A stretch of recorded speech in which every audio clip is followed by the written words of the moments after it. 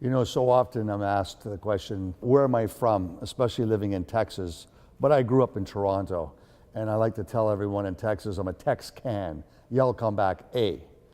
And I think it's important in that sort of, when I tell people this journey of growing up inner city kid, oldest of 7, my guardian father was an Anglican priest, my mother was a social worker, education trustee, elected, really caught up with the education from Rosedale to Cabbagetown.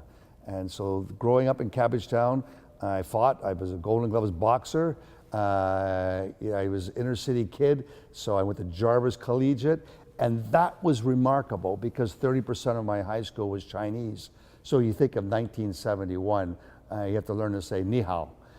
Why was that? Because Chinatown students went to Jarvis Collegiate. So that's why it wasn't. So we had the smallest basketball team, but we won all the national math and science competition. I guess there's no money, no funny, and I grew up with it. You had to make money if you wanted to enjoy the riches of life. And here I had guardians that were incredible, socially, community orientated.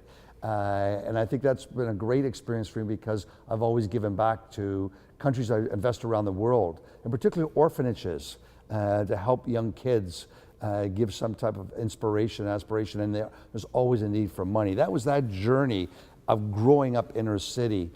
But what I really think is that you don't know. It's a lot of times you just don't realize your background has some experience that elevates you to another level. And when you grow up in an urban community and you have to be competitive and you realize you're going to one of the best schools, so you have to be intellectually competitive and athletically competitive, that changes your whole paradigm.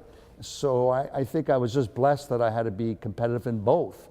And that was sort of being driven that way. I always wanted to be in the top of my class. I always wanted to make first string. When I first tried for basketball, and I barely made third string. It took a few years, but I finally was able to grind my way forward.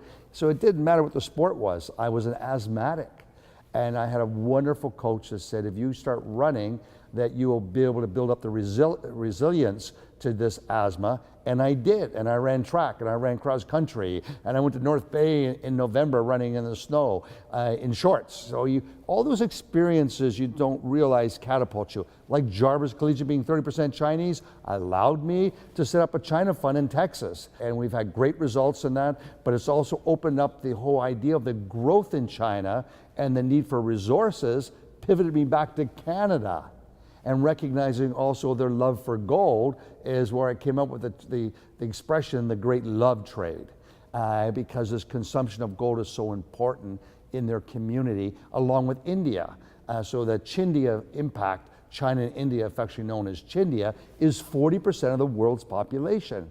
And with rising GDP per capita, more and more people from the very bottom of the world in poverty are rising. Guess what? They have an affinity for buying gold. So I think they all come together. And I think the thing about sports is you're driven to perform and you have to learn how to pivot. You have strategies and processes. I've got a basketball. I'm going to shoot, I'm going to drive, I'm going to pass. I've got moves I have to do and I have to rehearse them. The same thing as stock picking.